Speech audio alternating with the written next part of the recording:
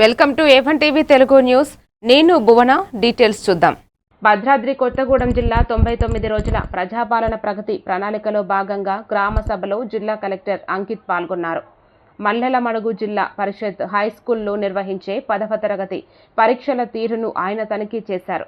ప్రాథమిక ఆరోగ్య కేంద్రంగా రోగులకు అందుతున్న వైద్యాన్ని డాక్టర్ సంకీర్తనను అడిగి తెలుసుకున్నారు.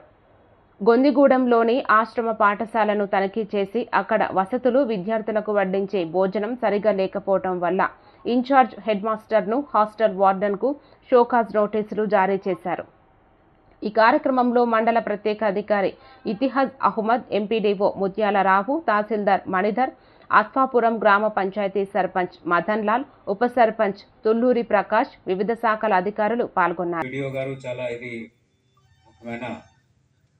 సంబంధించి పథకం ఇది 10 స్కీమ్స్ గురించి ఇంద్రమ్మ ఇళ్ళు కానీ, గృహజ్యోతి కానీ, మహాలక్ష్మి కానీ, రైతు భరోసా కానీ ఇతర 10 స్కీమ్స్ సంబంధించి ప్రతి డిపార్ట్మెంట్ ఆఫీసర్స్కి ఈరోజు పిలవడం ఇక్కడ జరిగింది. అగ్రికల్చర్ ఆఫీసర్ కానీ, మెడికల్ ఆఫీసర్ కానీ, ఎడ్యుకేషన్ నుండి ఎంఈఓ కానీ, ఇతర ఎంపీడీఓ కానీ, ఎంఆర్ఓ కానీ, ప్రభుత్వం ఆదేశాల మేరకు ముఖ్యమైన ఇది ఈరోజు అవగాహన ఇది ఒక ఉంటుంది.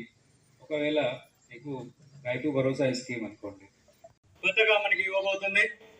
అందులో భాగంగానే అల్పాహార పథకం ప్రీ ప్రైమరీ నుంచి ఇంటర్మీడియట్ వరకు, అంటే మనకు ఒకటో తరగతి నుంచి 5వ తరగతి వరకు మధ్యాహ్న భోజన పథకం ప్రవేశపెడుతుంది. అదేవిధంగా ఇంకో పథకం కూడా ఇందిరమ్మ కుటుంబ జీవిత బీమా పథకం కూడా రాష్ట్రంలోని కుటుంబాలన్నిటికీ ఈ జీవిత బీమా వర్తిస్తుంది. ఇదో పెద్ద పథకం కూడా మనకి త్వరలో రాబోతుంది. అదేవిధంగా ఇంటర్మీడియట్ చదివే దివ్యాంగులైన విద్యార్థులకు వాహనాలు కూడా ఏర్పాటు చేయడం జరుగుతుంది సార్.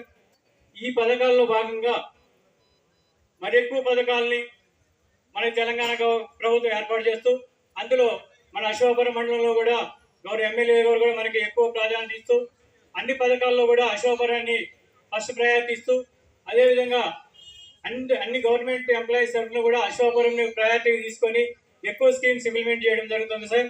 ఇందులో భాగంగానే